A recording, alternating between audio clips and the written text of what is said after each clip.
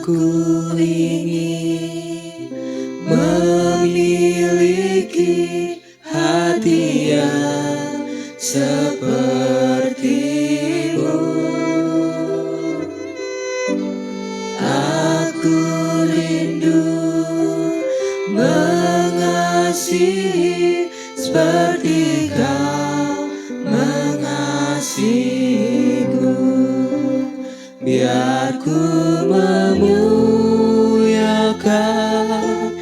nama-Mu seumur hidupku, dan mengasihi-Mu hari ini lebih dari yang lalu. Biar ku menyenangkan hati-Mu sepanjang hayatku. Yesus, ku cinta selamanya. Mari saya undang semua untuk bangkit berdiri. Aku ingin memiliki hati yang seperti-Mu. Aku rindu mengasihi seperti Kau mengasihiku. Sekali lagi dari atas. Aku memiliki hati yang seperti-Mu. Aku rindu mengasihi seperti Kau mengasihiku. Biar ku memuliakan nama-Mu seumur hidupku, dan mengasihi-Mu hari ini lebih dari yang lalu. Biar ku menyenangkan hati-Mu sepanjang hayatku. Yesus, ku cinta selamanya.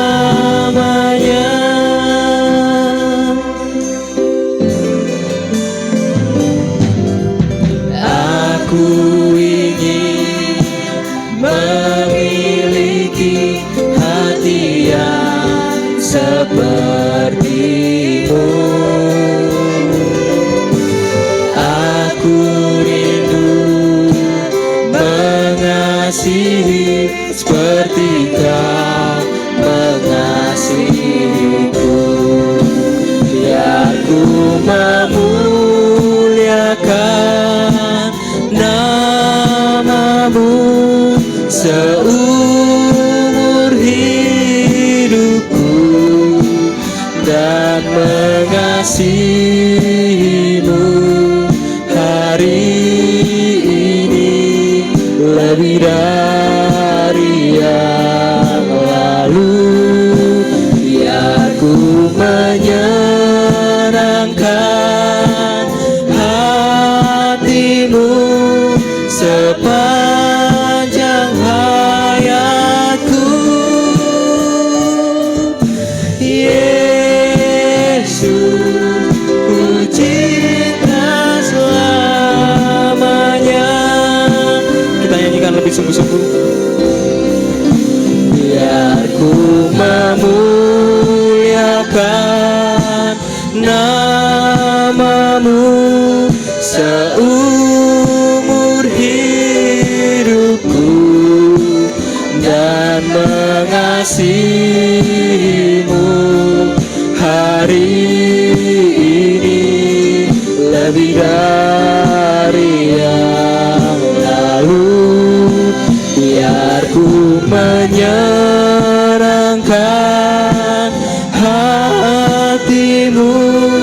sepanjang hayatku.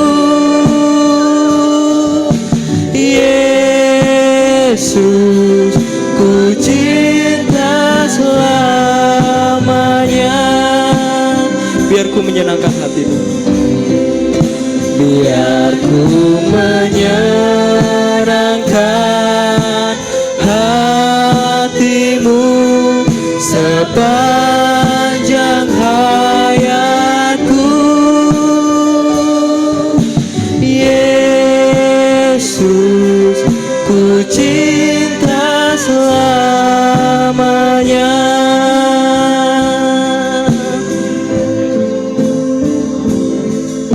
Yesus, ku cinta selamanya. Saya mengundang Bapak Yohanes Sidarta untuk pimpin kita dalam doa pembuka.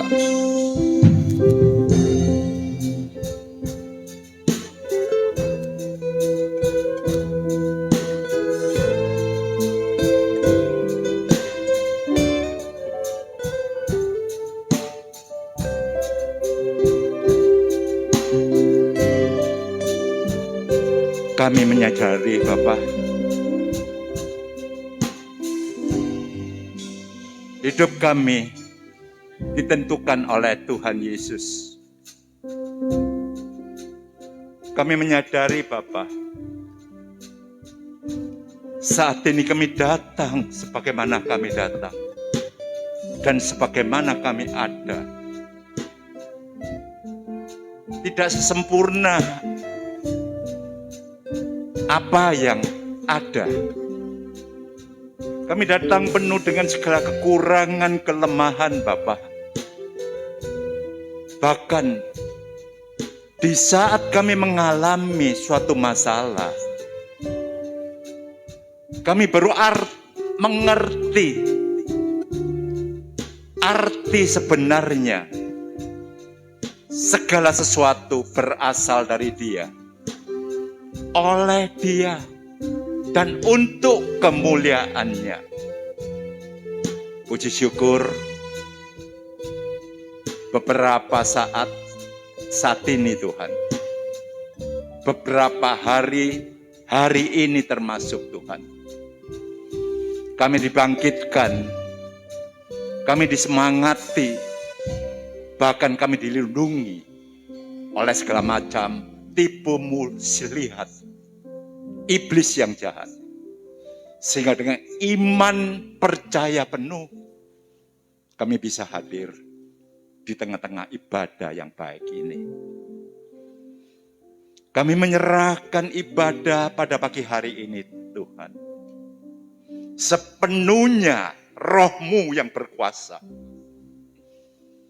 Kau memberkati worship leader, Engkau memberkati pemain musik, khususnya Engkau memberkati pembicara yang Kau percayakan untuk pagi hari ini. Urapi dengan urapan-Mu Bapak, sehingga ibadah pada pagi hari ini dari awal, pertengahan, sampai selesainya, semuanya tertata dengan baik, tertata dengan sempurna. Segala roh-roh iblis, roh jahat, kami telah mengusir, menolak keluar dari tempat ini, bahkan dari hati dan pikiran kami masing-masing. Kami hanya mengandalkan Engkau saja yang memimpin dan hadir memimpin ibadah pada pagi hari ini. Urapi hamba-Mu yang Kau percayakan untuk memberitakan firman-Mu. Melalui firman itulah Bapa, itulah kata-kata-Mu yang saat ini Kau persiapkan, Kau sampaikan kepada setiap hamba-hamba-Mu yang hadir pada pagi hari ini. Di dalam nama Tuhan kami Yesus Kristus, kami alaskan doa kami, mengucap syukur kami. Haleluya. Amin. Ya, selamat pagi semuanya. Salam. Ya, puji Tuhan kita masih diberi kesempatan pada hari ini untuk kita bisa berkumpul menyembah Tuhan, beribadah pada Tuhan dan menyenangkan hati Tuhan. Baik, langsung saja untuk lagu yang pertama kita akan nyanyikan pujian yang sedikit mungkin lagu lama tapi masih terdengar enak sampai saat ini. Langsung saja, tenanglah kini hatiku.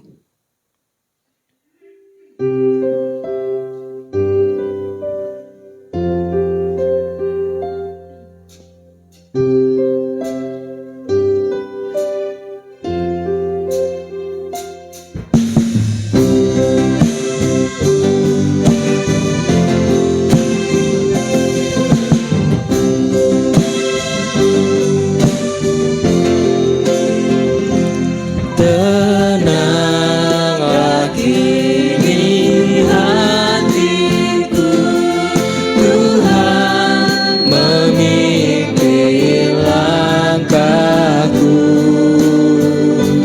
di tiap saat dan kerja.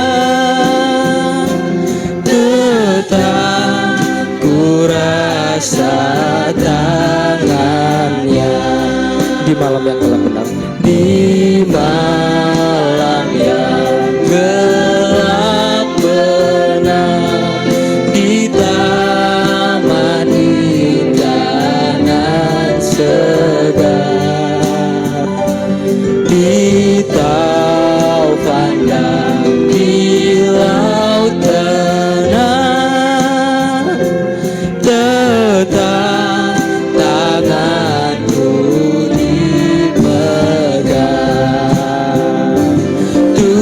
Tuhanlah yang membimbingku, tanganku dipegang teguh, hatiku berserah penuh, tanganku dipegang teguh.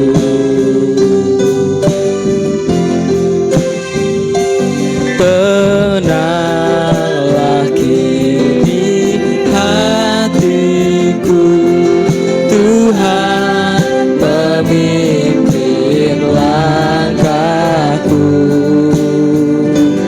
di tiap saat dan kerja. Tetap ku rasa tangannya. Tuhanlah yang membimbingku, tanganku dipegang teguh, hatiku berserah penuh, tanganku dipegang teguh. Di malam yang tenang, di malam yang gelap benar, di taman indah nan segar, di taufan dan di laut tenang, tetap tanganku dipegang. Tuhanlah yang membimbingku, tanganku dipegang teguh,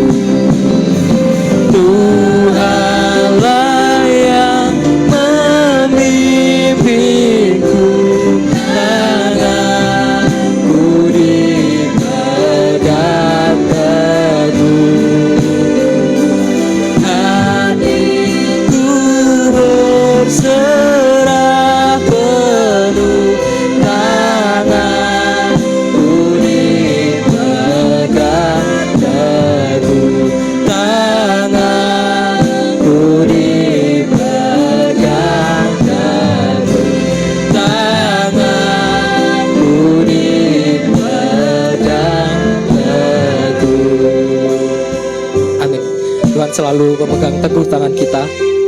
Mungkin di sini ada yang sedang ada masalah yang berat. Tuhan tidak akan tinggal diam, asal kita tenang dan percaya kepada Tuhan. Dia pasti akan menuntun tiap langkah-langkah kita. Oke, kita akan menyanyikan lagu sukacita, Tiap Langkahku. Dan saya mengundang semua untuk bangkit berdiri.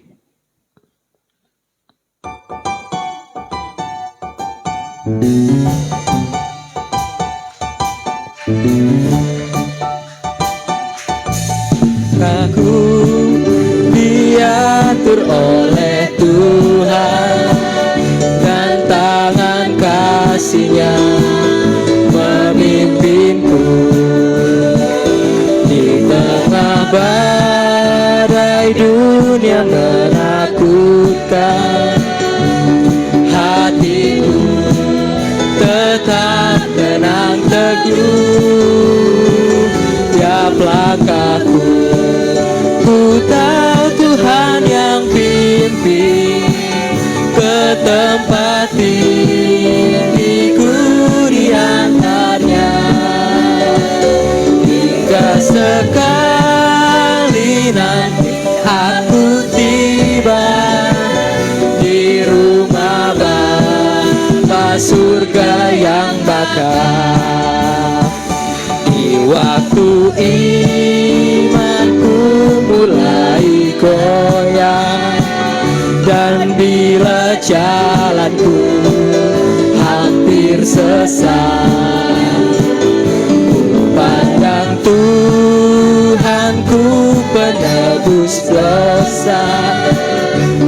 Aku kuat sebab Tuhan dekat.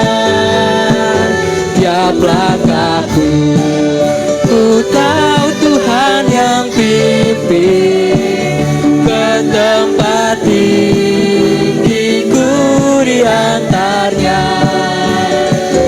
Hingga sekali nanti aku tiba di rumah Bapa surga yang bakal. Di dalam Tuhan saja harapan. Di dalam Tuhan saja harapanku, sebab di tangan-Nya sejahtera. Dibukanya Yerusalem yang baru, kota Allah suci mulia. Tiap langkahku ku tahu Tuhan yang pimpin ke tempat tinggiku di hantarnya. Hingga sekali nanti aku tiba di rumah Bapa surga yang bakal. Tiap langkahku, tiap langkahku ku tahu Tuhan yang pimpin ke tempat tinggiku di hantarnya. Hingga sekali nanti aku tiba di rumah Bapa surga yang bakal. Hingga sekali nanti aku tiba di rumah Bapa surga yang bakal. Di rumah Bapa surga yang bakal. Ya, silahkan duduk kembali. Kita akan istirahat sejenak dan saya mengundang paduan suara untuk bisa tampil ke depan.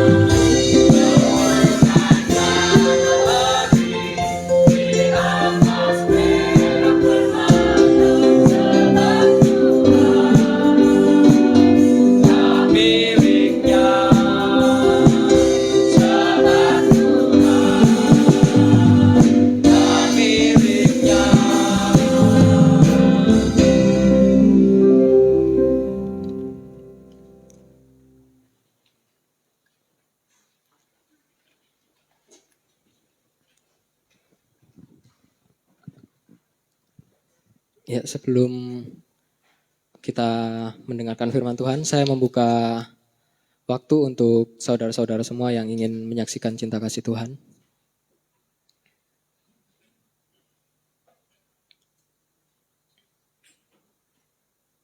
Baik, jika tidak ada, kita akan menyambut firman Tuhan dengan pujian Tangan Kuat yang Memegangku.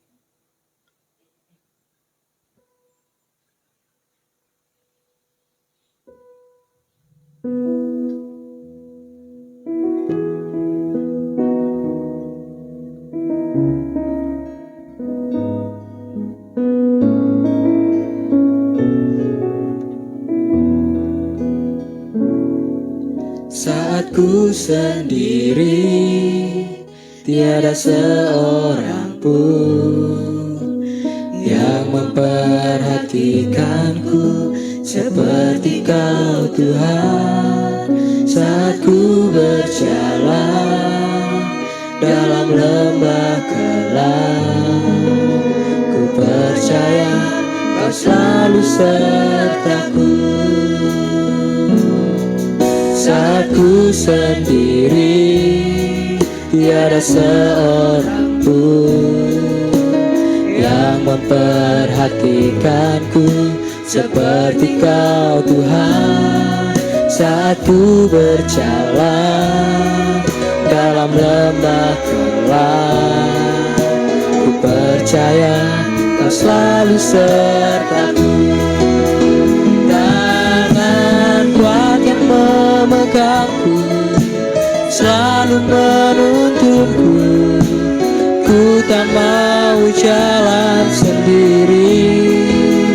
Yesus, ku perlu kasih-Mu, ku perlu kuasa-Mu sampai akhir hidupku.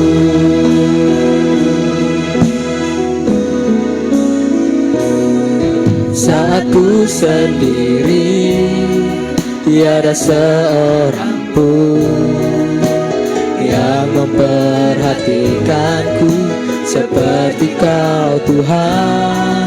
Saat ku berjalan dalam lembah gelap, ku percaya Kau selalu sertaku.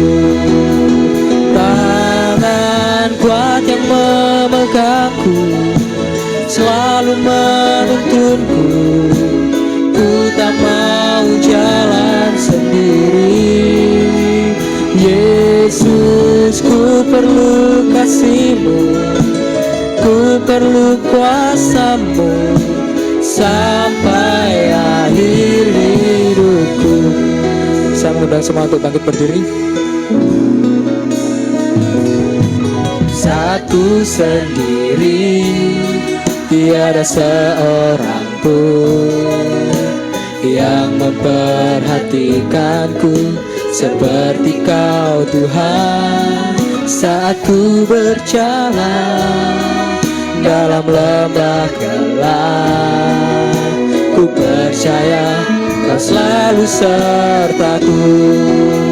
Tangan kuat yang memegangku, selalu menuntunku.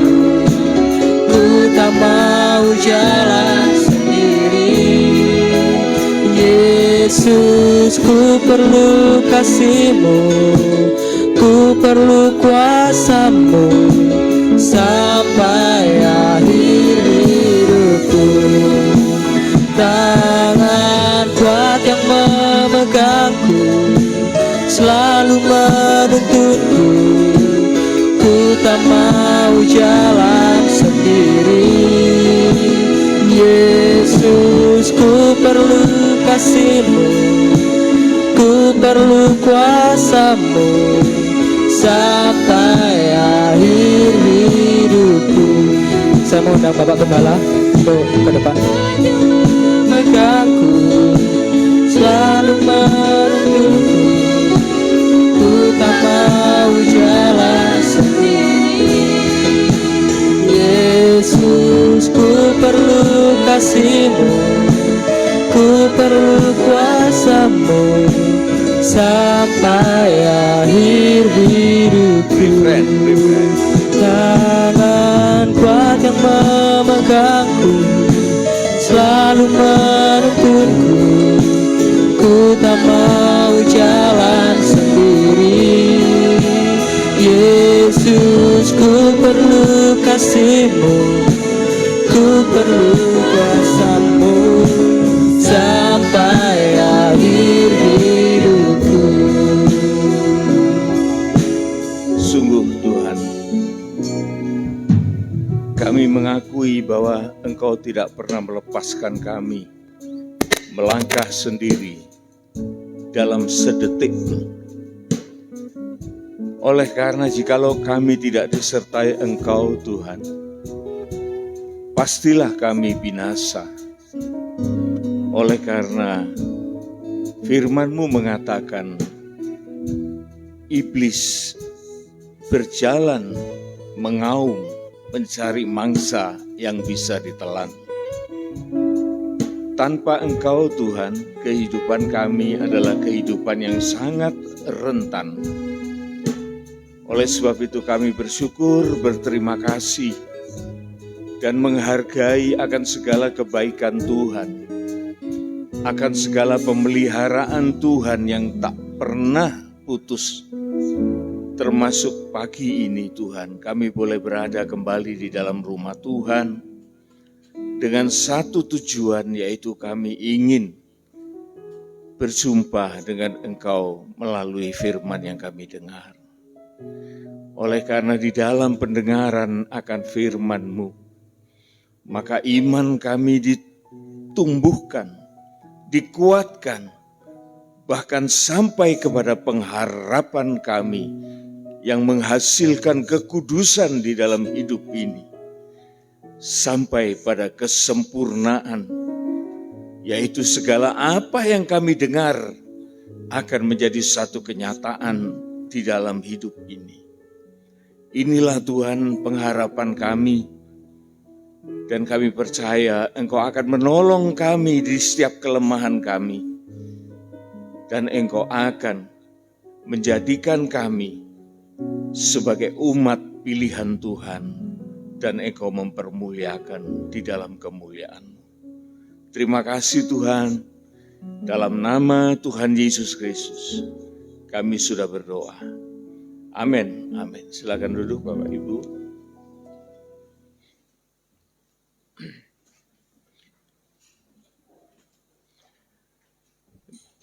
Dari tempat yang penuh bahagia Allah, saya menyampaikan selamat pagi dan shalom. Kita mendapat kemurahan Tuhan dari hari ke hari, minggu ke minggu, bulan sampai pada tahun. Kita tetap di dalam pemeliharaannya. Nyanyian terakhir tadi mengatakan bahwa tangan Tuhan, kekuatan Tuhan itu menyertai kita. Dan waktu itu saya berpikir, betul Tuhan, kalau satu detik pun kita dilepaskan oleh Tuhan, maka satu detik itu bagi kuasa kegelapan itu merupakan suatu kesempatan untuk membunuh kita. Ini yang perlu kita sadari, saudaraku. Sehingga kita perlu menghargai waktu-waktu hidup yang Tuhan beri, kesempatan yang Tuhan beri. Sebagaimana tadi nyanyian dari paduan suara. Nyanyian ini bukan nyanyian dikarang begitu saja. Tetapi saya tadi mencari di tempat duduk situ, saya mencari, ternyata nyanyian ini diangkat dari Amsal pasal yang ketiga. Yang orisinil perkataannya mengatakan, berbahagialah orang yang mendapat hikmat. Jadi kebahagiaan itu ada kaitannya dengan hikmat. Hikmat itu adalah firman Allah. Jikalau kita menerima firman Allah dan kita memperoleh firman itu, maka berarti kita itu memperoleh kebahagiaan. Apa tahu saudara yang membahagiakan kita ini? Harta, teman, atau siapa saja, atau kekayaan, atau pekerjaan, atau pangkat, derajat, dan lain sebagainya. Tidak salah, saudaraku, kita mungkin bisa berbahagia untuk sementara. Tapi ingat, kebahagiaan itu bisa dinikmati manakala orang itu diberi kesempatan untuk menikmati.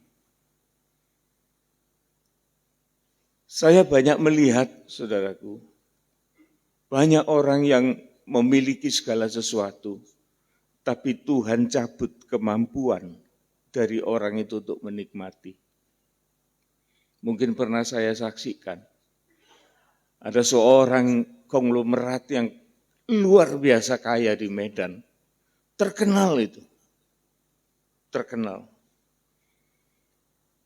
Pada waktu pertemuan dalam suatu acara, para tamu dihidangkan makanan yang luar biasa, istimewa.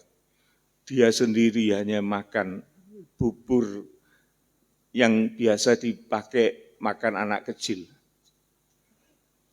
Dan orang melihat dia, bagaimana kekecewaan itu ada pada hidupnya. Dia bisa melihat orang-orang menikmati hasil kekayaannya, tetapi dia sendiri hanya makan yang sedemikian dan tidak diperkenankan untuk makan makanan yang enak-enak. Ini salah satu contoh. Jadi kebahagiaan itu, apabila orang itu mendapat hikmat dan mendapat kepandaian untuk memanfaatkan hikmat itu. Hikmat itu harus dimanfaatkan, saudaraku.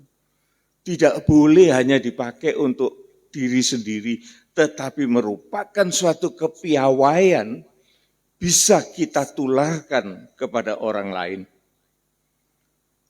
Dan hikmat ini dalam nyanyian tadi mempunyai suatu gain, suatu keuntungan yang melebihi emas dan perak,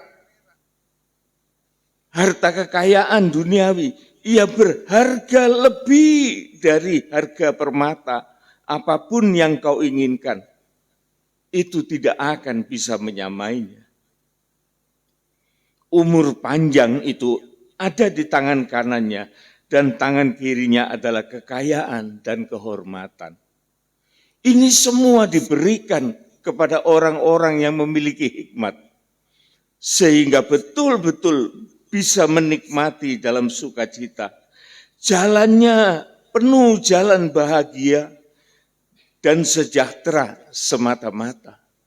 Dia tidak pernah dilepaskan oleh Tuhan di dalam jalan hidupnya. Ia menjadi pohon kehidupan bagi orang yang memegang hikmat itu.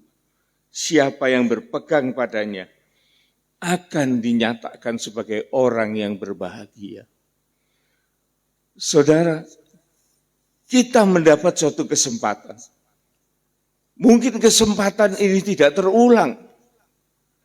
Tetapi yang jelas saat ini kita bersama-sama dengan Tuhan. Mari kita pusatkan hati pikiran kita untuk kita boleh mengerti apa yang Tuhan mau di dalam kehidupan kita, sehingga kita boleh menyenangkan hati Tuhan. Saya akan kembali kepada topik di dalam bulan ini, yaitu kita selalu berbicara tentang terang. Dan saya juga ingin mengetahui, sekedar mengetahui, mungkin masih ada yang ingat, apa buah terang itu? Mungkin ada yang masih ingat. Ibu ini coba, ingat Bu? Atau Ferry, ingat buah terang? Puji Tuhan, berarti saya tidak sia-sia, saudaraku. Berarti saya tidak sia-sia ngomong ngoceh beberapa jam, berkali-kali di tempat ini. Satu orang aja yang masih mengingat itu sudah sangat membuat hati ini sukacita, saudara. berarti firman Tuhan ini didengar, firman Tuhan ini diresapi, firman Tuhan ini dipraktekkan. Ya.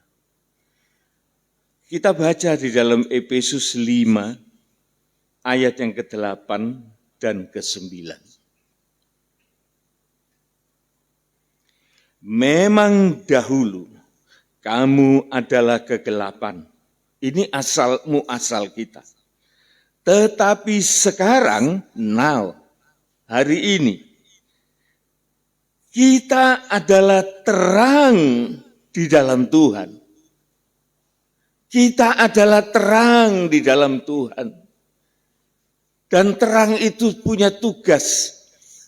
Dia harus menampakkan diri. Tidak mungkin terang itu diukep dengan gentong. Tidak mungkin terang itu ditaruh di bawah kolong ranjang. Tetapi terang itu seyogyanya dia ditaruh di atas kaki Dian dan menerangi seluruh isi rumah. Seorang bapak menjadi terang bagi istri dan anak-anaknya. Seorang istri menjadi terang bagi suami, bagi anak-anaknya. Anak-anak menjadi terang bagi orang tuanya. Ini yang seharusnya. Dan konsekuensinya ialah terang itu tidak bisa disembunyikan. Terang itu ditaruh di atas gunung. Kalau saya boleh pinjam bahasa nubuatan, saudaraku. Gereja Tuhan ini adalah Yerusalem baru. Mempelai Kristus. Yang dia berada di atas tempat yang tinggi dimuliakan. Dan semua orang bisa melihat wujud dari gereja Tuhan yang disempurnakan. Tidak bisa enggak, saudaraku. Terang itu pasti manfaatnya ialah untuk dilihat, untuk dinikmati. Pertama-tama di dalam rumah tangga, di dalam kehidupan nikah, dan juga firman Tuhan mengatakan, hendaknya cahaya atau terangmu itu terpancar di hadapan orang. Supaya orang bisa melihat dan memuliakan Allah. Luar biasa loh saudaraku, kehidupan orang Kristen ini sesungguhnya. Minggu lalu kita pernah mendengar, kita sudah mendengar. Jangan kita takut. Sesungguhnya orang-orang berdosa, orang-orang yang tidak percaya kepada Kristus, mereka itu yang justru yang takut kepada kita. Jadi jangan sampai itu terbalik. Di dalam perjalanan Israel, saudaraku, ketika ia keluar dari Mesir, kita bisa melihat betapa gerakan dari Israel itu menggentarkan raja-raja yang negaranya akan dilalui oleh Israel. Termasuk Raja Balak, Raja Moab itu. Firman Tuhan mengatakan sangat cemas, sangat takut. Sehingga ia tidak mau makan.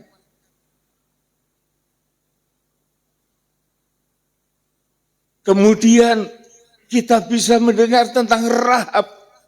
Pada waktu Yeriko dikepung oleh Israel. Itu kota yang kuat, kota yang luar biasa. Banyak panglima orang gagah di dalamnya. Tetapi mereka gentar mendengar Israel mengepung kota itu. Dan hal itu dinyatakan oleh salah seorang penduduknya, yaitu Rahab, seorang wanita pelacur. Yang dia mengatakan kepada utusan Israel, kami sudah patah semangat. Oleh karena apa? Oleh karena kami sudah mendengar tentang Allah-Mu. Dia yang telah membelah laut. Dia yang telah menghancurkan pasukan Mesir. Dia yang menyertai kamu sebagai tiang awan, tiang api, memelihara, memberi makan, melindungi. Sehingga orang Yerikho itu pada waktu dia melihat wujud dari tentara Israel itu, dia takut. Jangan berubah kemudian kita yang takut. Ini salah, saudara. Tetapi kita harus berani. Kita bukan berani mati, bukan. Orang berani mati itu takut hidup, saudara. Tetapi kita berani di dalam sengsara untuk hidup di dalam kekudusan. Kita masih berani hidup, saudaraku, di dalam kekudusan Tuhan. Orang berani mati itu putus asa. Keliru itu. Tapi orang yang berani menghadapi sengsara demi dia mengiring Kristus, itu orang yang hebat. Dan kita diajarkan untuk itu. Dan sementara kita hidup di dunia ini, saudaraku, kita masih punya tugas yang lebih hebat dari itu, yaitu kita harus menghasilkan, kita harus punya kontribusi terhadap dunia ini, terhadap orang-orang di sekitar kita, terutama bagi orang-orang yang seiman dengan kita. Tetapi juga kontribusi itu akan meluber keluar dari gereja ini, menjangkau setiap sudut di kota ini. Ini yang Tuhan mau, saudara. Sehingga ayat yang ke-9 mengatakan, karena terang itu, pasti dia itu akan membuahkan kebaikan. Kita sudah belajar tentang kebaikan. Bagaimana kebaikan anak-anak Tuhan di tengah-tengah masyarakat yang justru tidak sejalan dengan kita. Maka kita harus hidup bisa tahu diri di antara mereka. Siapa tahu, firman Tuhan mengatakan, suatu saat, kalau orang Jawa bilang itu apa, wolak-walik zaman. Kita kan tidak tahu, saudara. Siapa tahu Allah berkemurahan dan melawat negara, melawat bangsa Indonesia ini. Dan mereka boleh melihat, menyaksikan kehidupan kita. Dan mereka akan lebih mudah untuk menerima Yesus di dalam kehidupan mereka. Ini yang Tuhan mau, saudara. Kita boleh menjadi saksi di dalam dunia ini. Tetapi, saudaraku, yang sudah kita dengar, ini saya mengulangi aja, saudaraku, supaya kita refresh kembali. Apa yang harus terjadi di dalam kehidupan orang-orang Kristen yang berada di dalam suatu bangsa, suatu negara? Dia harus hidup kudus di hadapan Tuhan dan di hadapan orang. Sehingga tidak ada tuduhan yang mempan terhadap orang-orang yang hidup di dalam kekudusan. Orang boleh menuding kita, tetapi tudingan-tudingan itu tidak akan melukai kehidupan orang-orang Kristen. Yang betul-betul dia berjalan bersama dengan Tuhan. Dia akan hidup di dalam perlindungan Tuhan. Hati orang Kristen yang betul harus dikuduskan dan di dalam hati pikirannya ada Kristus yang diutamakan. Sehingga kehidupan itu bisa bertanggung jawab atas segala pengharapannya dan memberikan pertanggungan jawab itu kepada orang-orang yang mau bertanya pengharapan apa yang ada pada kita mengenai Kristus. Oleh sebab itu orang Kristen itu perlu cerdas, perlu pandai punya hikmat, tetapi juga pandai, piawai untuk mempergunakan. Sehingga bisa menjelaskan apa pengharapan itu yang ada di dalam kehidupan orang-orang Kristen. Tetapi dengan satu cara yang elit, yang tidak menghakimi orang, tidak mencela orang, tidak menghina orang.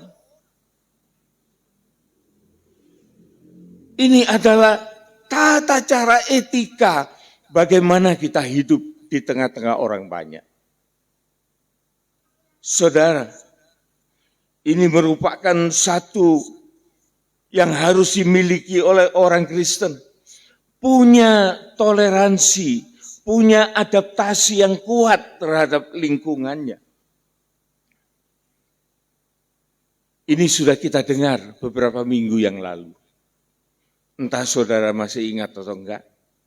Tetapi saat ini dibongkar kembali. Ayat-ayatnya sudah lengkap saya bacakan. Dan tidak usah diulangi baca lagi. Tetapi kita akan berlanjut, saudaraku. Dari kebaikan ini kepada keadilan. Sebagian dari keadilan itu sudah kita dengar. Kita ini harus adil kepada Allah, kepada pemerintah, dan kepada sesama. Kepada pemerintah, kita sudah mendengar bahwa kita ini harus taat kepada pemerintah. Oleh karena pemerintah itu adalah hamba Allah yang menyelenggarakan negara, yang memimpin negara. Kita bisa hidup nyaman di Indonesia oleh karena ada pejabat-pejabat yang dipakai oleh Tuhan dan mereka masih mau melayani masyarakat. Kita harus bersyukur untuk itu, saudara. Bayangkan kalau kita tidak punya negara. Saudara jangan kira, saudaraku, orang ini pada zaman-zaman semakin tua ini, orang yang tidak punya negara, orang yang tidak punya kewarganegaraan, orang yang tidak diakui oleh negara, itu sengsara, saudara. Kita bisa punya KTP. KTP itu pengakuan dari negara loh, saudara.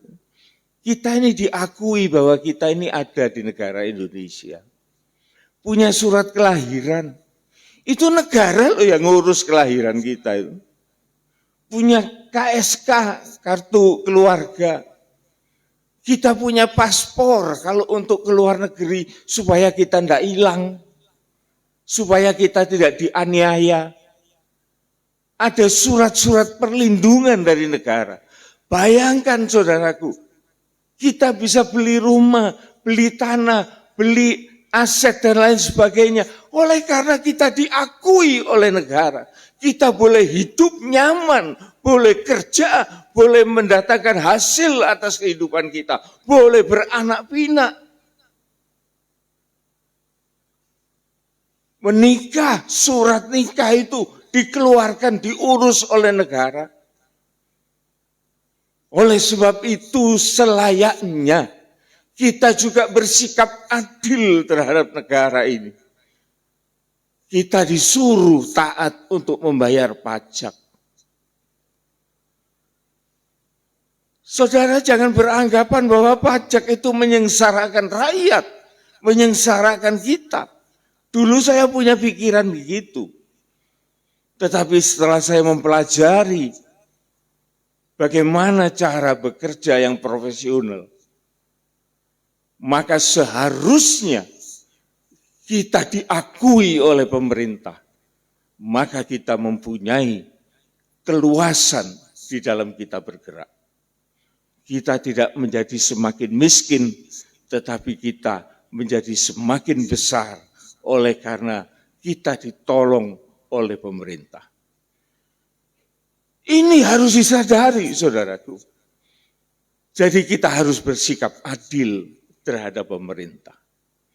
Nah, sekarang saudaraku, keadilan terhadap Allah itu pun sudah saya terangkan. Bahwa jangan kita menahan-nahan apa yang seharusnya menjadi miliknya Allah. Untuk ini kita perlu baca, saudaraku, supaya kita punya landasan bagaimana kita ini bersikap adil kepada Allah. Amsal 3 ayat yang ke-27. Amsal 3 ayat yang ke-27 demikian. Janganlah menahan kebaikan daripada orang-orang yang berhak menerimanya, padahal engkau mampu melakukannya.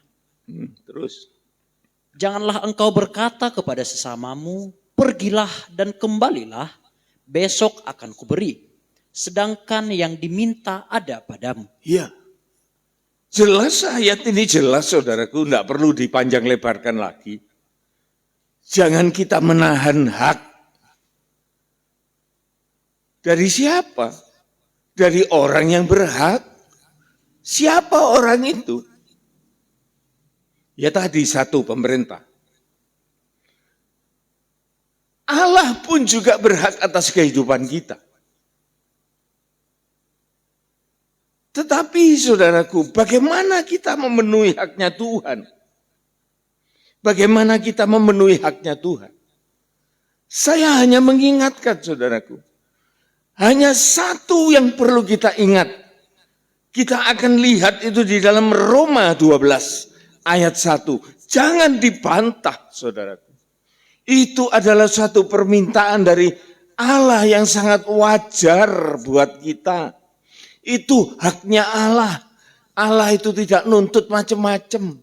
Tetapi satu itu mencakup seluruh dari aspek hidup kita.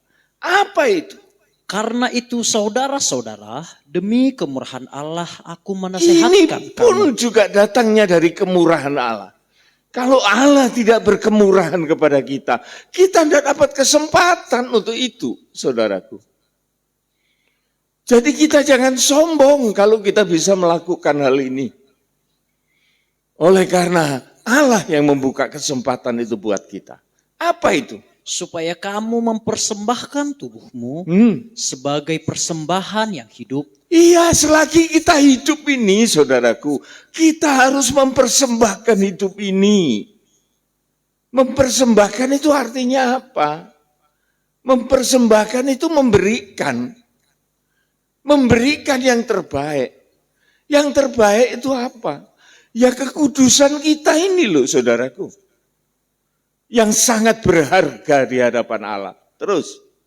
Sebagai persembahan yang hidup, yang kudus dan yang berkenan kepada Allah. Iya. Itu adalah ibadahmu yang sejati. Ibadah itu abodah. Abodah itu artinya bekerja sama. Jadi antara manusia dan Allah itu ada relation. Ada satu hubungan untuk saling bekerja sama. Itu ibadah. Jadi ibadah itu datang dari dua pihak. Di mana kita mempersembahkan segala apa yang Tuhan berikan. Dan Tuhan menerima persembahan itu dengan hati sukacita. Berkenan dan menghargai. Ini adalah relationship yang tidak boleh tidak dinyatakan. Satu lagi alasan kenapa kita harus melakukan itu. Kita baca di dalam 1 Korintus 6. 1 Korintus 6. Ayat 19. 20. Demikian.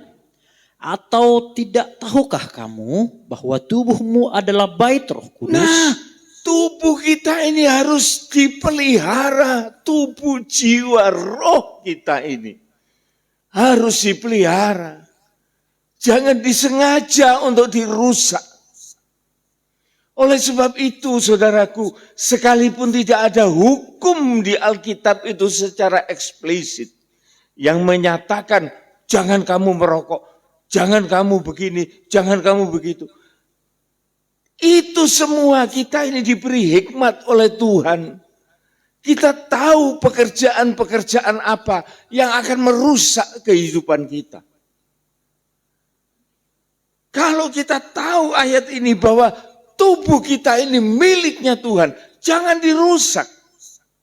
Mengapa? Tuhan mengatakan, barang siapa yang merusak milik Allah, maka ia akan dirusak juga oleh Allah. Mengapa begitu? Allah itu pembalas.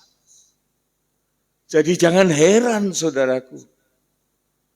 Ada orang yang mengabaikan minum-minum mabuk-mabuk,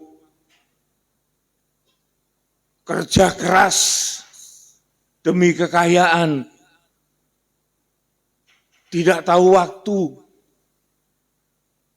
memaksakan diri untuk melakukan sesuatu demi keuntungan jasmaninya. Kebalik saudaraku, bukan keuntungan, tetapi kehancuran yang terjadi. Dan itu Tuhan tidak mau hal itu terjadi dalam kehidupan kita. Oleh sebab itu Tuhan itu dari jauh-jauh sebelum dia menciptakan manusia, dia tahu mengatur ada siang, ada malam.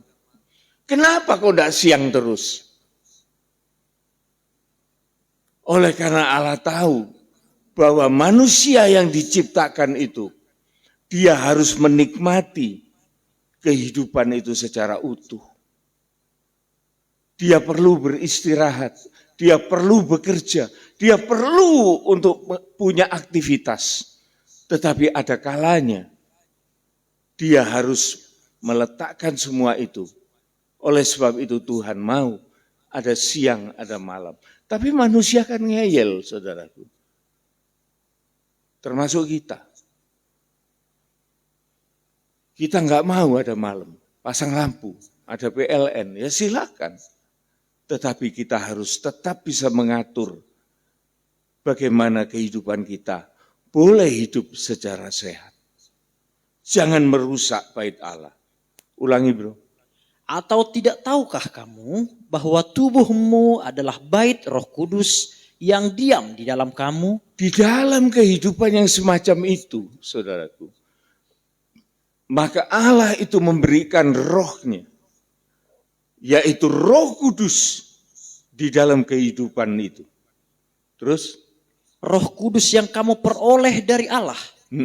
Dan bahwa kamu bukan milik kamu sendiri. Kita ini sudah bukan milik kita sendiri, saudaraku. Ini yang perlu kita sadari. Jadi jangan memperkosa diri kita. Kita wajib memelihara.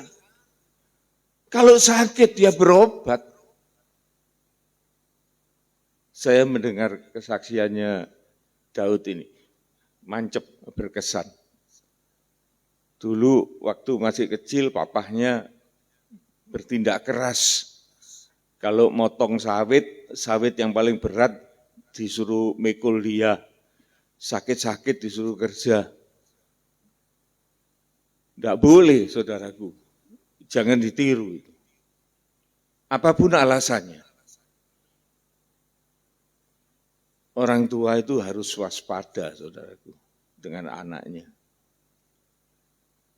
Tapi kita bisa maklum, karena itu memang pendidikan zaman dulu ya begitu itu. Konvensional, tradisional.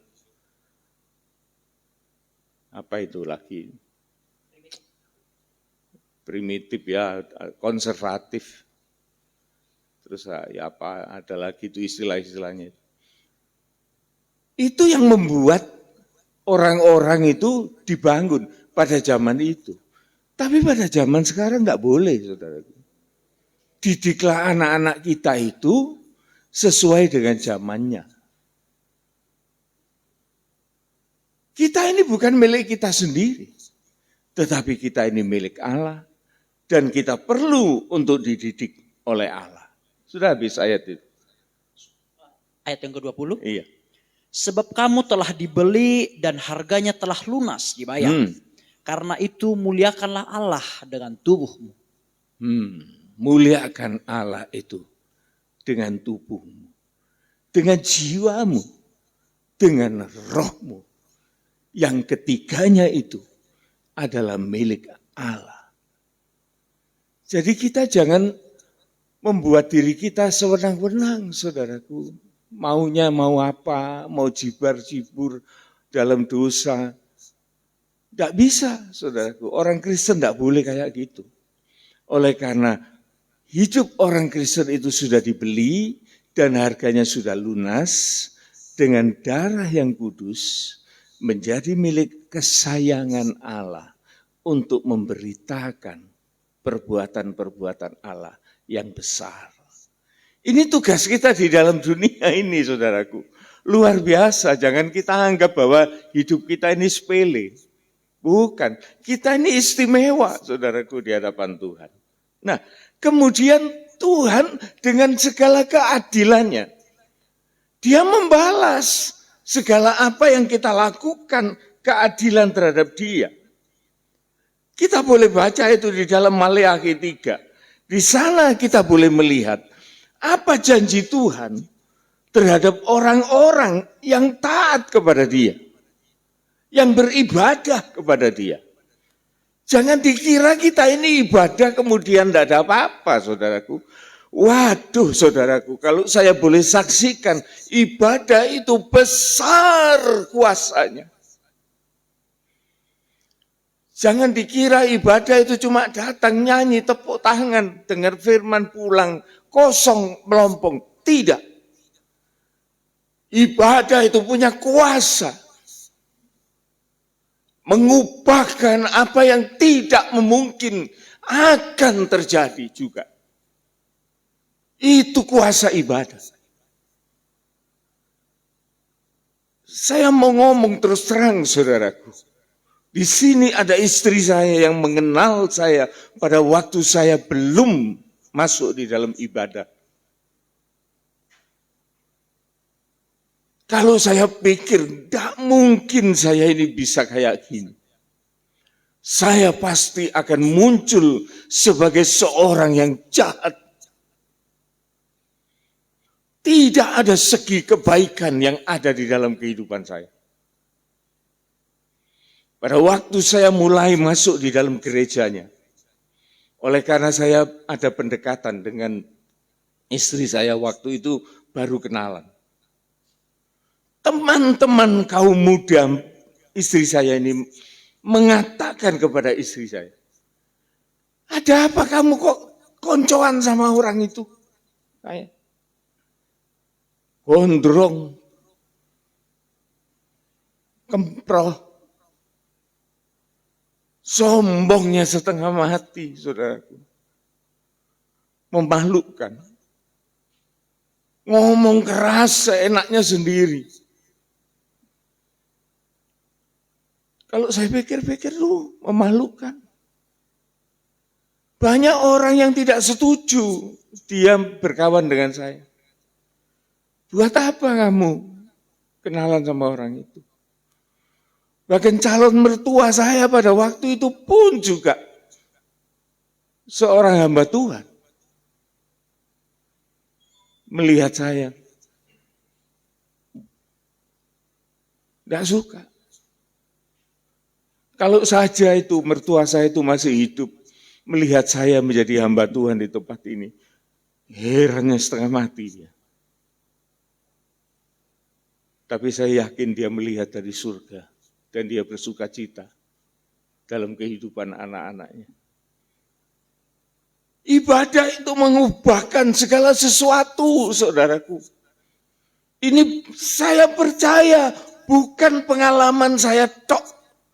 Setiap saudara pasti mengalami kuasa ibadah ini. Kalau ibadah itu dijalankan dengan bersungguh-sungguh. Apa itu? Maleakhi 3 ayat 17 kita lihat di sana. Ayat yang ke-17 demikian. Mereka akan menjadi milik kesayanganku sendiri. Iya, miliknya Tuhan, kesayangannya Tuhan. Terus Firman Tuhan semesta alam. Pada hari yang kusiapkan. Aku akan mengasihani mereka sama seperti seseorang menyayangi anaknya yang melayani dia. iya, kita ini angkat menjadi anak kesayangannya. Saudara tahu anak kesayangan itu mendapat janji apa? Mintalah segala sesuatu yang engkau kehendaki. Aku akan berikan kepadamu. Itu diulang-ulang, saudaraku. Saya dulu tidak ngerti itu. Firman itu sering saya praktekkan. Tuhan, saya minta ini. Saya tunggu-tunggu tidak ada. Iki bojo apa tenan ini. Tetapi saudaraku, sekarang saya mengerti. Bahwa Tuhan itu akan memberikan tepat pada waktunya. Sebagai orang tua, saudaraku, saya juga mengalami. Dulu waktu anak saya masih sekolah, Arnold masih sekolah, masih kuliah. Saya tidak mau memberikan suatu kewajiban pekerjaan saya kepada dia. Saya biarkan dia untuk hidup di dalam dunianya. Belajar.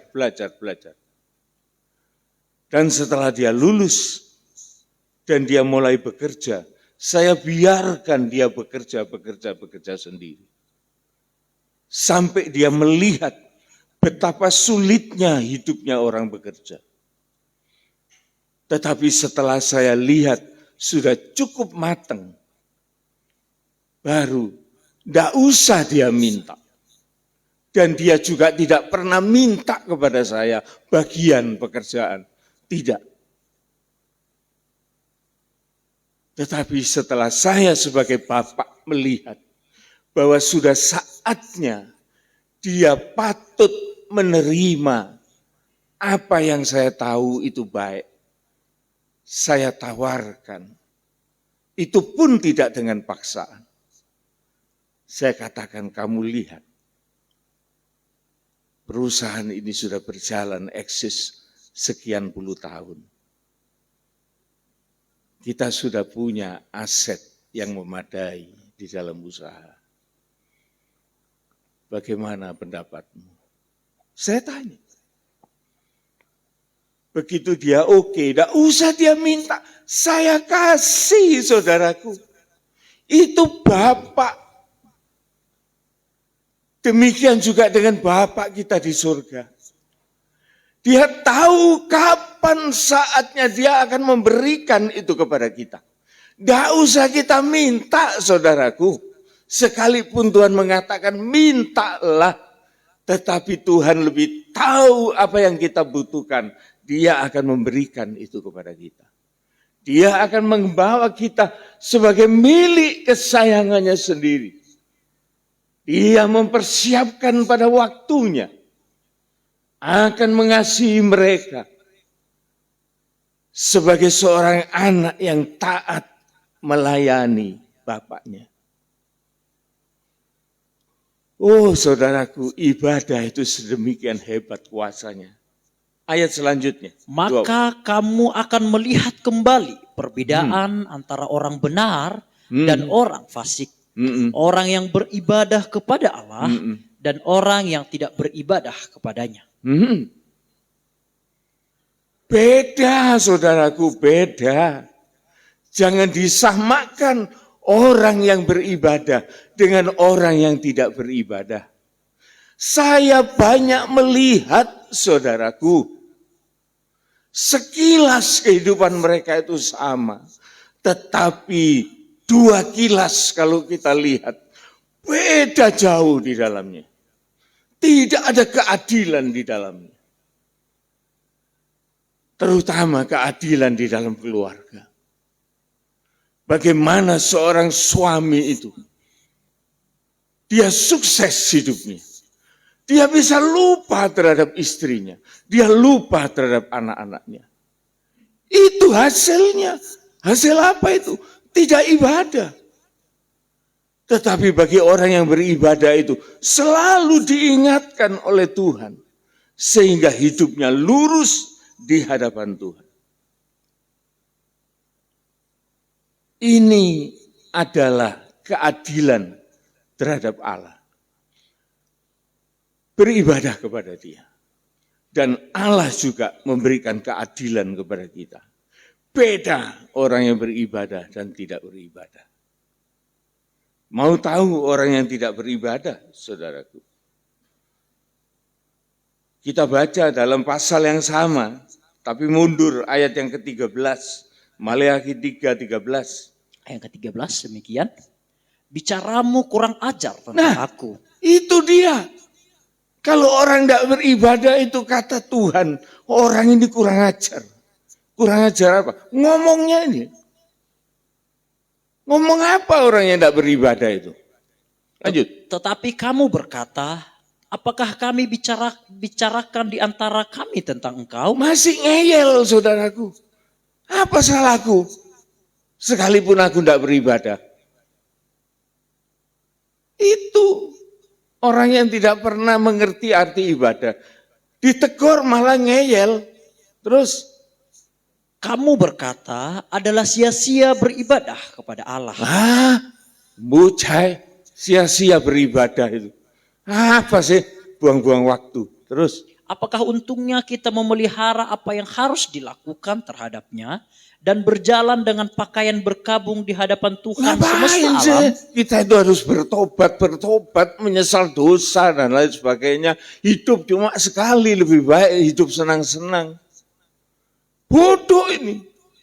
Terus Oleh sebab itu, kita ini menyebut berbahagia orang-orang yang gegabah. Bukan saja mujur orang-orang yang berbuat fasik itu, tetapi dengan mencobai Allah pun mereka luput juga. Tidak apa-apa kok masih tidak ke gereja. Tidak apa-apa kok masih tidak sembahyang. Tidak apa-apa kok masih tidak ibadah. Apanya tidak apa-apa.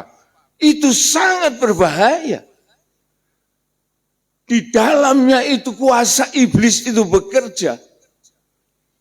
Tidak kurang-kurang saudaraku. Kita itu mendapat suatu pemandangan yang semacam itu. Apalagi sebagai seorang hamba Tuhan. Sawang sinawang. Saling melihat, saling memperhatikan. Saya juga memperhatikan orang-orang fasik. Apa yang dia peroleh dari hidup yang fasik itu? Memang beda, saudaraku. Terpelihara di dalam Tuhan. Nah, saudaraku, orang yang terpelihara di dalam Tuhan itu, dia akan menerima banyak keuntungan. Dan dia bersikap adil di dalam keluarganya. Dan Allah pun bersikap adil di dalam keluarga itu. Keberhasilan seorang suami itu, saudaraku, dia tidak bisa dilepas dari kebaikan seorang istri. Tidak bisa.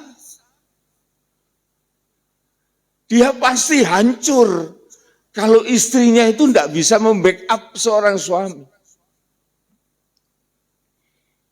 Bagaimana saya bisa berani di tempat ini? Kalau istri saya bilang, ngomong apa, bujuki wong itu. Coba saudaraku, saya ini mau ngomong firman Tuhan, dia ngomong enggak, bujuki. Gimana? Saudara mau percaya apa? Sepi langsung gereja ini.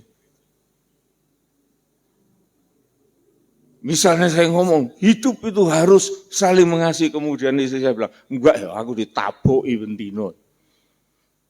Mau ngomong apa saya ini? Kan memalukan itu. Tetapi mengapa saya bisa galak di belakang podium? Oleh karena istri saya membackup saya. Kalau dia tidak punya backup, lah mau ngomong apa saya? Kemudian anak-anak saya yang geluntung semua. Narkobaan itu. Pengangguran semua. Mau ngomong apa saya ini? Oleh karena itu firman Tuhan mengatakan, seorang penatua yang mau dihormati di gerejanya, di jemaatnya, dia harus pandai, harus cakap, harus terbukti bisa memelihara keluarganya. Kalau keluarganya saja tidak entos, jangan ngurusi jemaat. Loh, tegas loh itu saudaraku, firman Tuhan itu ngomongnya gitu. Nah, untuk itu saudaraku, Tuhan itu akan membackup kita dengan seorang penolong yang sepadan dengan kita. Maka kita harus bisa menghormati pemberian Tuhan, kebaikan Tuhan itu. Kita baca saudaraku, Kejadian 2:18. Ini kebaikan, keadilan Tuhan yang diberikan kepada kita. Kejadian 2 ayat yang ke-18 demikian. Tuhan Allah berfirman, tidak baik kalau manusia itu seorang diri saja. Tidak baik manusia itu seorang diri. Saudara, ini berbicara tentang hidup nikah. Hidup nikah itu pilihan, saudaraku. Tidak dipaksakan orang itu harus menikah, itu tidak. Tetapi hidup nikah itu adalah pilihan. Dan firman Tuhan dengan jelas menjelaskan itu. Ada orang yang tidak menikah oleh karena memang dia tidak mampu untuk menikah. Ada orang yang tidak mau menikah oleh karena memang dia mengambil keputusan dia tidak mau menikah. Apalagi keputusan itu dikaitkan dengan pekerjaan Tuhan. Seperti pastor-pastor Romo-Romo Katolik. Dia tidak menikah. Itu pilihan, saudara. Dia tidak menikah oleh karena Tuhan. Harus kita hargai. Jangan kita hinakan dia. Jangan kita menghakimi. Oleh karena siapapun melakukan itu. Oleh karena Allah.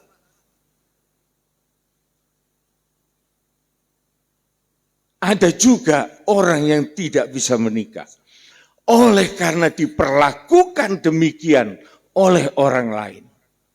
Contoh, seperti sida-sida di istana-istana raja zaman dulu. Istilahnya itu taikam, ya. Orang yang dikebiri.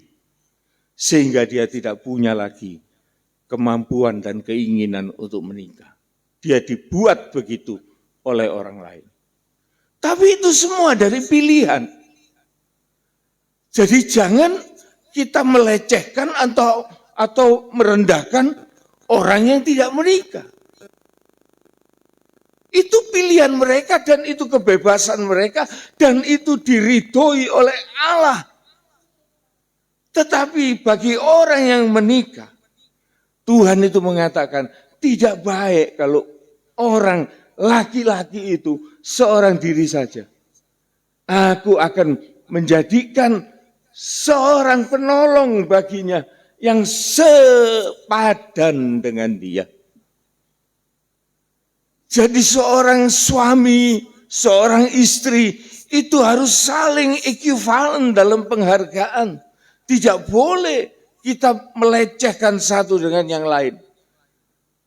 Istri menghargai suami, suami pun juga harus menghargai istri. Bahkan dalam Alkitab itu, saudaraku, istri itu istimewa. Saudara mau tahu pujian dari Alkitab, ya? Pujian dari Alkitab. Amsal 31. Amsal 31. Ayat yang ke-10 dan seterusnya. Demikian, istri yang cakap, siapakah akan mendapatkannya? Siapa yang mendapatkan istri yang cakap? Ia lebih berharga daripada permata. Istri itu lebih berharga dari permata yang mahal. Terus? Hati suaminya percaya kepadanya. Suaminya itu percaya penuh kepada seorang istri. Kalau enggak, saudaraku, podo curiga, antara suami curiga sama istrinya curiga kepada suaminya. Aduh, saudaraku, bagaimana itu bisa hidup bahagia di dalam hidup nikah? Wong istrinya juga curiga kepada suaminya, kalau pergi jangan pulang malam-malam, ya pulang pagi. Suaminya juga gitu. Kemana kamu? Nah, ke arisan sama siapa? Tanya. Sudah curiga, sudah. Tapi kalau istri itu baik, datangnya dari Tuhan. Suaminya percaya kepadanya. Terus Suaminya tidak akan kekurangan keuntungan. Homia. Kalau orang Jawa, kalau orang Cina bilang itu homia. Jadi hoki. Gitu. Seorang suami itu punya hoki dalam kehidupannya. Punya keuntungan. Jadi dikatakan hati suami percaya kepada dia, suaminya juga punya banyak keuntungan. Dalam segala hal, dalam bekerja. Kalau istri itu mendukung, saudaraku, kebanyakan suami itu pasti sukses. Lah kalau istri tidak mendukung bisa sukses? Bisa. Siapa yang dukung? Istri lain. Makanya ada orang yang bilang gini, suami itu ya barang titipan. Nah, ada istri yang ngomong gitu, suami itu barang titipan. Kalau Tuhan mau ngambil sewaktu-waktu ya memang dia dititipkan ke saya. Ya sudah, Tuhan ambil. Lah terus kalau diambil orang lain, ya itu, dia ketemu sama yang punya. Jadi tidak diambil Tuhan, diambil orang lain. Ya relakan saja. Ini istri model apa kayak gini? Suami juga gitu. Istri ini titipan. Lu kok gitu? Iya enggak apa-apa kalau ada yang mau. Ada yang punya lagi ya biar diambil. Ini bagaimana? Kok jadi inget ceritanya yang lagi rame-ramenya sekarang. Ya kayak gitu tuh. Rasanya enggak ada kehormatan di dalam rumah tangga itu. Semua orang boleh pakai. Gimana itu saya enggak bisa ngerti itu. Ya. Tidak bisa hal itu terjadi di dalam kehidupan Kristen. Notabene adalah orang-orang yang beribadah. Terus Ayat yang ke-12 demikian. Ia berbuat baik kepada suaminya dan tidak berbuat jahat sepanjang umurnya. Sepanjang umurnya, saudaraku. Sampai pada masa tuanya. Dia tetap mengabdi dan berbuat baik kepada suaminya. Ini kekuatan seorang istri, saudaraku. Bagaimana Tuhan mengatakan ia berbuat baik kepada suaminya. Dan tidak punya pikiran jahat di dalam hatinya. Kapan? Sepanjang umurnya. Kalau suami ini, saudaraku, orang yang beriman, melihat istri semacam ini, saudaraku, maka suami ini akan mengangkat tangan dan bersyukur kepada Tuhan. Terima kasih Tuhan. Engkau memberikan bagiku seorang penolong yang setia. Orang satu itu kalau jatuh, tidak ada yang nulungi. Tetapi kalau Tuhan berikan penolong, ada yang nulungi, saudaraku. Jangan disia-siakan penolong itu. Kita harus bersikap adil kepada istri kita, kepada suami kita yang sudah berbuat baik sepanjang hayatnya. Ini adalah pemberian Tuhan. Ayat 17. Demikian. Ia mengikat pinggangnya dengan kekuatan. Ia siap untuk bekerja, untuk melayani. Kita masih ingat ya? Hendaklah engkau menggunakan ikat pinggangmu dan pelita pada tanganmu. Ini gambaran seorang istri, saudara. Dikatakan ia mengikat pinggangnya dengan niat yang kuat. Terus ia menguatkan lengannya. Ia mempersiapkan lengannya. Terus ia tahu bahwa pendapatnya menguntungkan. Pada malam hari pelitanya tidak padam. Pada malam hari masa kegelapan, pelitanya pun tidak pernah padam. Ini gambaran dari anak-anak Tuhan, dari gereja Tuhan, yang disebutkan sebagai mempelai Tuhan, sebagai istri Tuhan. Memang sedemikian keadaannya. Hendaklah pinggangmu berikat dan pelitamu menyala pada tangan. Ini gambaran seorang istri, gambaran dari sebuah gereja Tuhan yang sangat dimuliakan. Terus tangannya ditaruhnya pada jentera, jari-jarinya memegang pemintal. Iya. Ayat 23. Ayat 23 demikian, suaminya dikenal di pintu gerbang, kalau ia duduk bersama-sama para tua-tua negeri. Suaminya menjadi orang yang terkenal, yang menjadi orang yang dikenal di pintu gerbang. Di pintu gerbang ini bukan pintu gerbang seperti kita sekarang, bukan saudaraku. Ini istilah. Pintu gerbang ini adalah tempat para hakim-hakim, para tua-tua dari suatu bangsa. Kalau sekarang ini Dewan Perwakilan Rakyat ya, atau tempat yang mulia bagi perwakilan-perwakilan bangsa rakyat. Anggota DPR itulah istilahnya. Ini yang dikatakan suami-suami mereka menjadi orang-orang yang ternama, yang dikenal di pintu gerbang.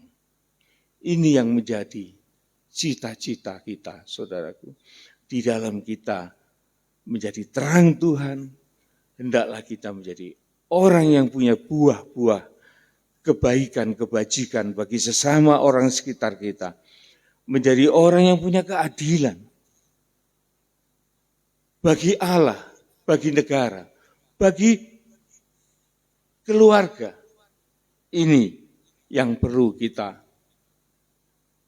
kembangkan di dalam kehidupan kita.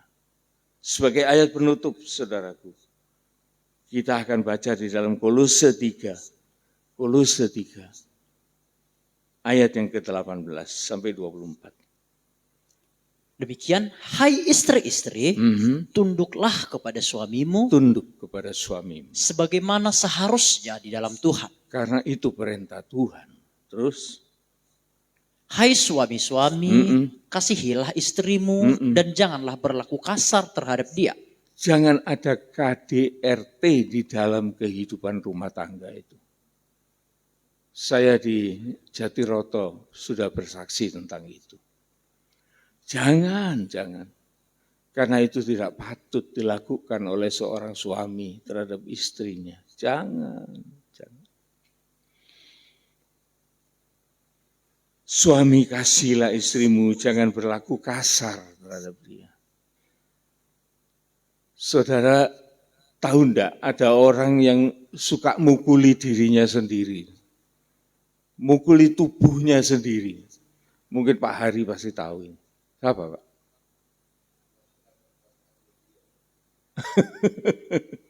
Orang gila dari Gadara itu ya. Nah itu. Jadi kalau seorang suami itu mukuli istrinya, notabene istri itu adalah tubuhnya sendiri, suami itu kepala, maka orang itu sebanding dengan orang gila dari Gadara. Tidak bisa diatur. Kalau marah-marah ngambil batu mukuli dirinya sendiri, ya sudah kayak gitu itu. Jadi sangat memalukan, sangat hina, sangat keji. Jadi jangan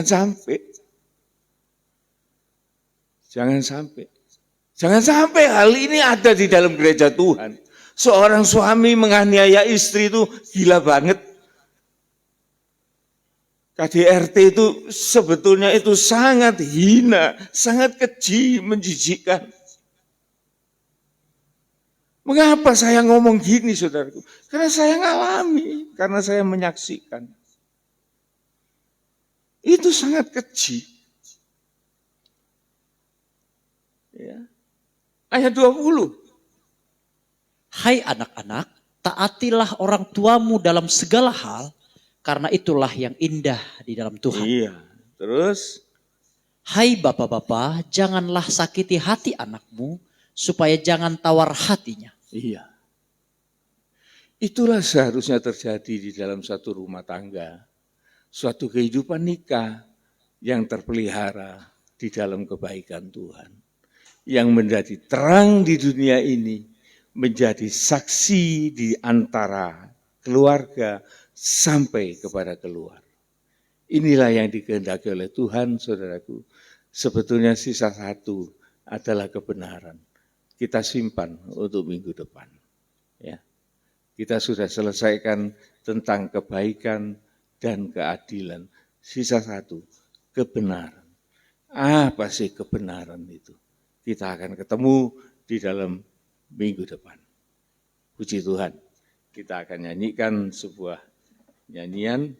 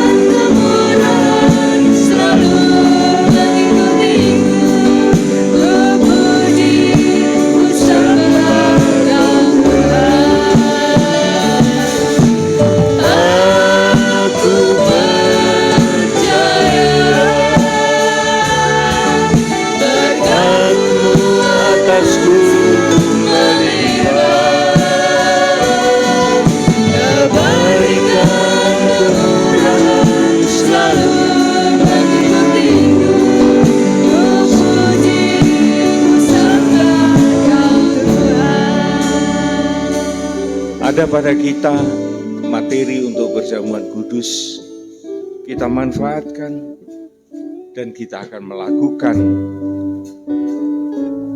bukan hanya dengan perbuatan kita, tetapi iman kita menyertai segala perbuatan ini. Kita memperingati, kita mengenangkan, kita mengakui pengorbanan Kristus sebagai penebus kehidupan kita untuk pindah dari maut kepada hidup yang kekal.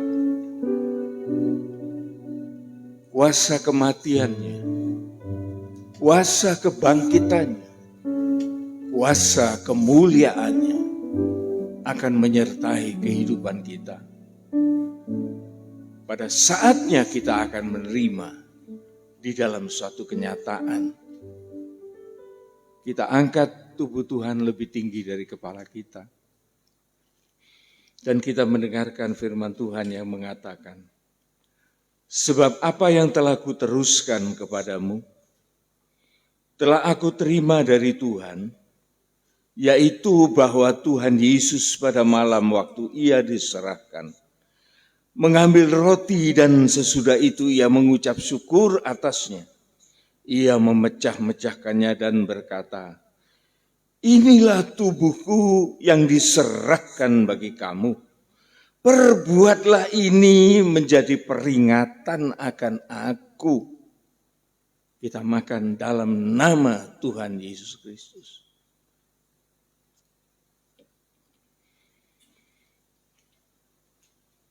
Terima kasih Tuhan. Oleh karena kami boleh mengalami seperti apa yang dialami oleh para murid Tuhan pada waktu bersama dengan Engkau.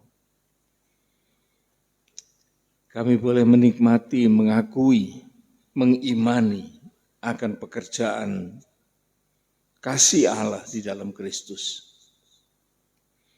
yaitu kuasa kasih karunia, pengampunan, sehingga kami dilayakkan untuk menjadi anak-anak Allah. Kita angkat cawan lebih tinggi dari kepala kita dan kita mendengar apa yang Tuhan katakan. Demikian juga ia mengambil cawan sesudah makan lalu berkata, cawan ini adalah perjanjian baru yang dimeteraikan oleh darahku. Perbuatlah ini setiap kali kamu meminumnya menjadi peringatan akan aku. Sebab setiap kali kamu makan roti ini dan minum cawan ini, kamu memberitakan kematian Tuhan sampai ia datang. Kita minum dalam nama Tuhan Yesus Kristus.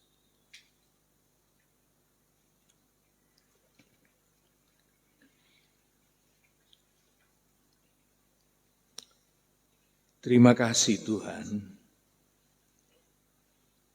Engkau telah menyatu di dalam kehidupan kami melalui perjamuan kudus. Sebagaimana kami menghayati bahwa tubuh dan darah-Mu telah menyatakan kasih-Mu yang besar atas kehidupan kami. Maka kami pun menyerahkan diri kami kepadamu. Kami ingin beribadah kepada Tuhan. Oleh karena Engkau yang membuat kami sebagai tempat Roh-Mu yang kudus ada di dalam kami. Dan kami bukan milik kami sendiri, tetapi kami adalah milik-Mu. Tuhan, tolong kami untuk kami selalu mengingat dan mengerti hal ini. Sehingga kami tidak berlaku sewenang-wenang atas diri kami sendiri. Kami tidak berlaku sewenang-wenang atas diri istri atau suami kami atau anak-anak keluarga kami. Bahkan sampai kepada setiap kehidupan manusia di muka bumi ini. Tuhan, pakailah kami sebagai terang-Mu. Bukan membawa malapetaka, bukan membawa kekacauan, bukan membuat huru hara, tetapi membuat terang sehingga semua boleh terlihat dengan nyata dan kami boleh menghindar atas segala barang-barang yang tidak baik di hadapan kami. Kami boleh bersaksi tentang terang-Mu yang ada di dalam kami, sehingga dunia boleh mengetahui perbedaan antara orang yang beribadah dan tidak beribadah. Engkau memberikan kami kehormatan di dalam hidup nikah kami. Engkau memberikan seorang penolong yang baik, yang sangat bermanfaat dalam hidup kami sebagai suami.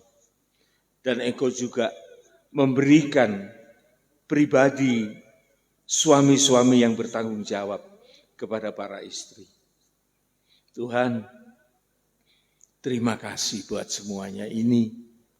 Dan biarlah ini boleh menjadi saksi bagi orang-orang sekitar kami. Terutama boleh menjadi saksi dalam keluarga dan keturunan kami.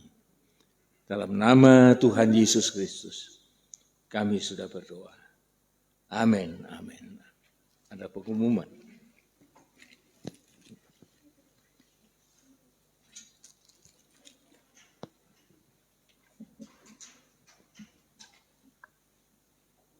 Saya mohon waktunya sejenak, Bapak Ibu Saudara, saya akan membacakan pengumuman kita untuk 1 minggu ke depan.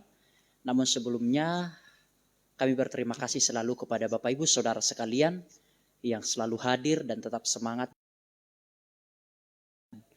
melakukan ibadah yang sudah kita tetapkan seperti biasa, ibadah doa, ibadah PA, dan ibadah raya. Tuhan Yesus memberkati kita semua dalam segala kesehatan, keluarga, pekerjaan, pelayanan kita. Bagi Bapak Ibu juga yang mensupport dalam doa, dana, dan biaya, Tuhan Yesuslah yang menyertai kita semua. Beberapa pengumuman yang akan saya bagikan bagi kita semua. Besok ada doa pagi di tempat ini jam 5.30 pagi. Jadi sebelum kita melakukan aktivitas, monggo bagi Bapak Ibu yang mau bergabung, kita akan melakukan doa pagi di tempat ini jam 5.30 pagi. Mendoakan bangsa kita, keluarga kita, maupun jadwal-jadwal ibadah yang sudah kita tentukan bersama-sama. Yang kedua, ibadah PA berjalan seperti biasa, hari Rebo jam 5 sore. Ibadah kaum muda berjalan seperti biasa, hari Sabtu jam 5.30 sore. Ibadah sekolah minggu berjalan seperti biasa, nanti yaitu hari Minggu jam 4 sore. Dan ibadah raya berjalan seperti biasa, yaitu jam 8 pagi. Beberapa pengumuman lagi yang akan saya bagikan bagi kita semua, yaitu adik Naomi atau anak Naomi, putri dari Ceilen yang berulang tahun beberapa hari kemarin, hari Selasa kalau saya nggak salah, ya itu berulang tahun. Nanti kita akan doakan bersama-sama supaya diberkati dalam kesehatan, keluarga, dan juga studinya di sekolah. Tuhan memberkati. Dan juga ada beberapa pengumuman lagi. Anak Ko Chandra, Toko Merdeka, lagi sedang sakit. Tadi malam saya dikonfirmasi sedang sakit tinggi dan harus masuk di dalam rumah sakit. Nanti kita akan doakan bersama-sama, yaitu anak dari Ko Chandra yang panas tinggi. Dan juga setelah ibadah ada latihan paduan suara. Nanti bagi Bapak Ibu yang mau bergabung untuk latihan paduan suara, monggo kita latihan paduan suara. Nah, sebagai yang terakhir Bapak Ibu Saudara, saya sedikit memberikan penjelasan yang komplit supaya tidak salah tangkap Bapak Ibu tentang kesaksian saya yang tadi. Memang benar bahwasanya sejak saya di desa seperti itu, memang benar orang tua itu sedikit keras, orang Batak soalnya seperti itu. Jadi setelah sekolah, SD, SMP begitu, saya langsung kerja itu, disuruh kerja pokoknya setelah pulang kerja. Nah, saya mengatakan bahwa memang papa saya itu memberikan beban yang berat kepada saya, dan memang waktu saya memang kurang fit tetap harus bekerja, dan itu diberikan papa saya supaya suatu saat saya merantau itu enggak manja begitu loh Bapak Ibu Saudara.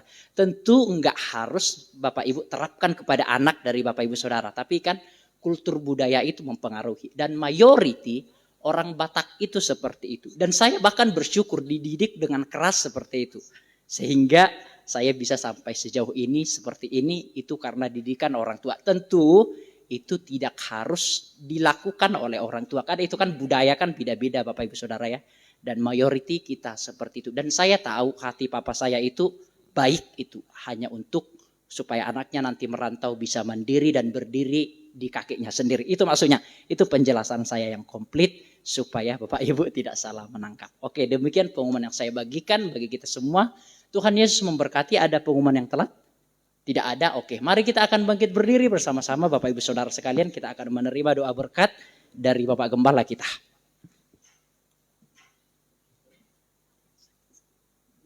Sebelum kita meninggalkan rumah Tuhan ini, kita berdoa untuk anak dari Naomi. Anak Naomi yang berulang tahun.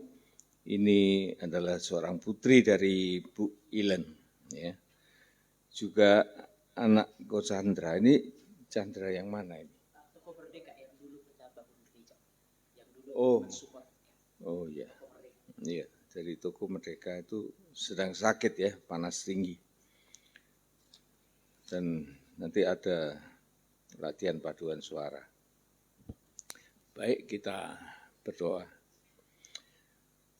Tuhan, kami bawakan nama-nama yang sudah kami ucapkan. Mereka di dalam keperluan masing-masing Tuhan. Bagi mereka yang berulang tahun, biar kiranya Tuhan berikan sukacita dalam kehidupan keluarga dari anak Naomi ini. Dan Engkau berikan kekuatan, kesehatan, kemampuan di dalam menuntut ilmu di sekolah. Dan boleh menjadi dewasa dan memuliakan Tuhan dan memberkati keluarganya. Kami juga berdoa Tuhan bagi mereka yang sakit, yaitu anak dari Pak Chandra. Tuhan, Engkau mengetahui keadaannya, jauh lebih mengetahui daripada kami.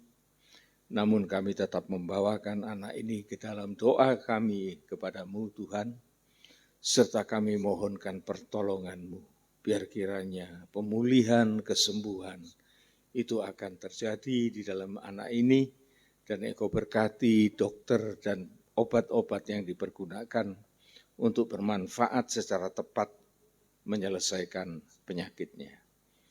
Segala kuasa dari iblis yang membimbangkan hati orang tuanya, kami singkirkan dalam nama Tuhan Yesus Kristus. Engkau tidak berhak atas kehidupan orang-orang yang beribadah kepada Tuhan. Terima kasih Tuhan, dan segala kelanjutan dari pelayanan di gereja ini Tuhan, biar kiranya Engkau menyertai dan Engkau campur tangan atasnya, dan nama Tuhan dipermuliakan. Saudara-saudaraku yang dikasihi oleh Tuhan Yesus Kristus, terimalah segala berkat anugerah dari Allah, Bapa, Putra, dan Roh Kudus dalam bentuk keselamatan yang kekal, sukacita surgawi, damai sejahtera, akan dilimpahkan dalam kehidupan kita semua mulai dari saat ini sampai Maranatha Tuhan Yesus datang kembali. Pulanglah beserta dengan segala berkat, bahkan ditambahkan dengan berkat jasmania untuk kita boleh menjadi berkat bagi sesama. Dalam nama Tuhan Yesus Kristus, kami sudah berdoa. Amin. Amin. Tuhan berkati.